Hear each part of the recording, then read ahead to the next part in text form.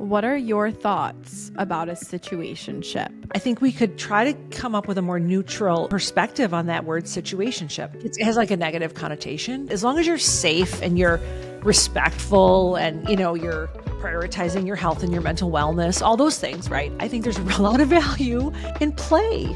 I think it's a good idea to play together in as many different ways and with a lot of different people to really get a feel for what is a good fit. Yeah, situationship, you can think of this summer with me, Sarah. Kind of this like unspoken connection with someone that is not defined.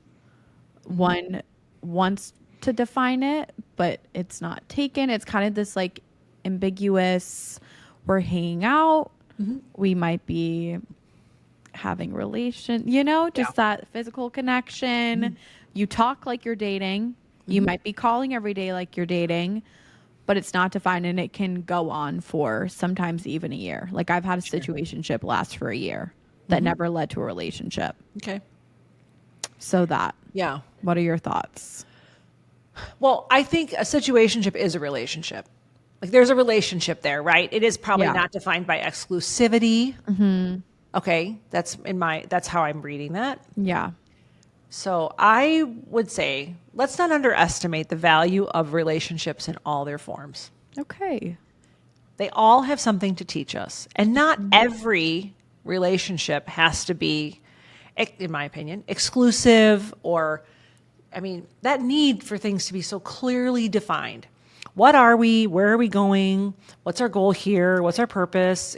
That is a lot of pressure to put on anyone, but especially like in the age range that you're in, because we've talked about this. You're supposed to decide so many things right now. And I think there's so much value in exploring in relationships.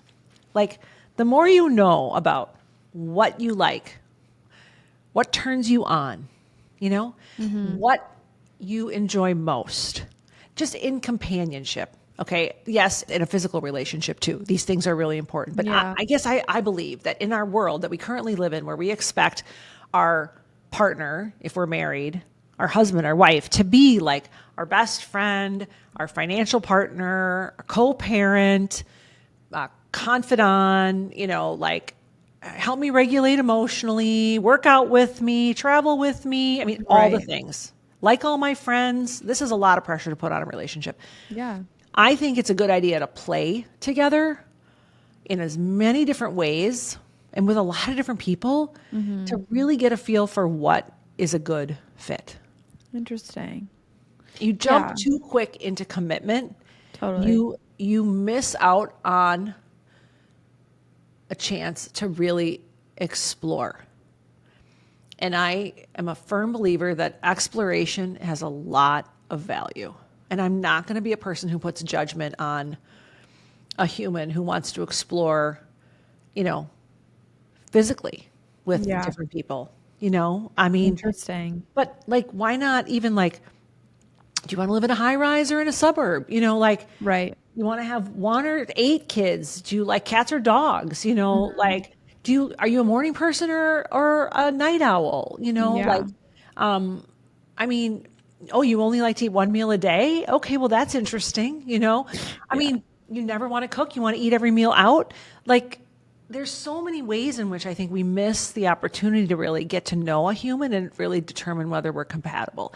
And a situationship might allow that. Yeah. Now, it's hard when you're in your 20s because you're in this, like, I got to decide. Yeah, well, it's a lot Where of is it's this going? uncertainty too.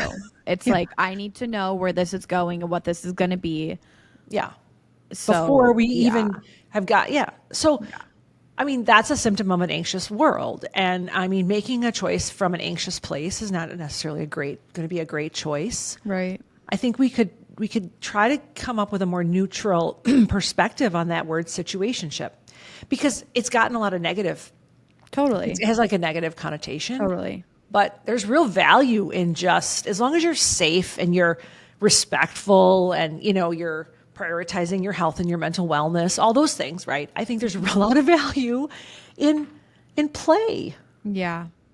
I think we take it seriously. And like speaking on my behalf too, I think a lot of girls and I kind of like get in our heads about, we like daydream, like fantasize about the potential of someone Sure. rather than actually looking at the facts. And that's what we get attached to. It's not the actual person. Well, yeah. I mean, you're talking to the choir there. I mean, you don't want to, it's a real danger to make a lifelong commitment to potential.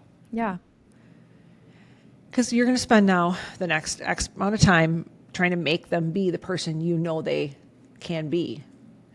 And that's not a fun place for a partner to be on the on the receiving end of that. It's not fun to be the one that's pushing it, and it's not fun to be the one that receives it. And it is rare that that can actually be sustained. Yeah. Okay, I'll do a relationship. Okay. What qualities, personality traits do you think are most important when picking a partner? This has like changed a little bit over time as I've been like going through these situationships. I used to, and in fact, one of my best friends challenged me on this, was like, I, again, always like thought I needed to be like complete, whole, perfect before I met someone. So like a lot of the qualities that I look for are like similar to that. Like I consider myself a hyper independent person. So I thought I would want a partner like that. And at the end of the day, I do want someone with a lot of drive. Drive is very important to me. Like you could be, I don't care like how much money you have. I just need you to have ambition and drive and to be working towards something bigger than yourself. And hopefully it would have a positive impact on the world as well. That's like a big one for me. I would also say emotionally intelligent. I think you can tell, like, just by the way that we talk and everything, I Yeah. really need someone that's emotionally intelligent and wants to, like, have intellectually stimulating conversations and be emotionally open. Because I'm a very emotionally open person with people that I'm close to. So that would be really important for me. And I think, again, with guys in their 20s, that's really hard. And that's why I've been having a hard time dating, because a lot of them are pretty closed off and emotionally unavailable. I think this is more of like a trait, but and kind of goes with the emotionally intelligent thing, is communication. And like even through your like situation, Sarah, is like I would like someone that communicates to me very openly. And again, I don't need you to be texting me all day, but just like to be considered and to be prioritized and like, hey, I'm going here, might not be able to talk, rather than just like silence. And that's a new one for me, because I wanted to be like, I'm hyper independent. I don't need reassurance, just that kind of like Yeah. wall But that I was. you want connection. Yeah. Yes. Yeah. Yes. So it's not, I mean, it might be reassuring, but you want connection. Yeah. And you want the connection to feel emotionally grounded, Yeah. right? Yes. And you want someone who's open to growth, right? Yeah. I would also really like someone that can like inspire my growth as well. That inspires me to be better in Yeah. different ways. And Yeah. loyalty, last one, obviously. Yeah. But I'm like that's one of my favorite qualities about myself. I consider myself a very loyal person, and I would like someone that does the same. So When you make that list, how do you feel about it? like proud. I really Yeah. like my good. list. And a Yeah. lot of my friends and like people around me have said before, like my mom will say, she's like, your standards are too high. Like you gotta be realistic. Not everyone's perfect. But I'm like, I don't know. Like these are just, I'm not gonna settle. These Yeah. are really things I want in a partner. So I think we had this conversation. I made a list. yes. Yeah, I made a list. Yeah. And I found someone who has traits that relate to every bullet point I had on the list. Not perfectly, but literally touches every one of them. That's exactly what I love about it, because that's where there's growth. There's potential for growth. I mean, I'm not perfect. And together we're working toward being our best selves. Yeah. But he lives his life in a way that there's something about him that speaks to every one of those points, right? Yeah. I'm glad you're proud of your list. Thanks. Yeah. It's like fun. Yeah. And I like, it's also, it makes me feel better knowing that I'm able to allow it to change over time, Yeah, it will. you Yeah. know? Yeah. Yeah.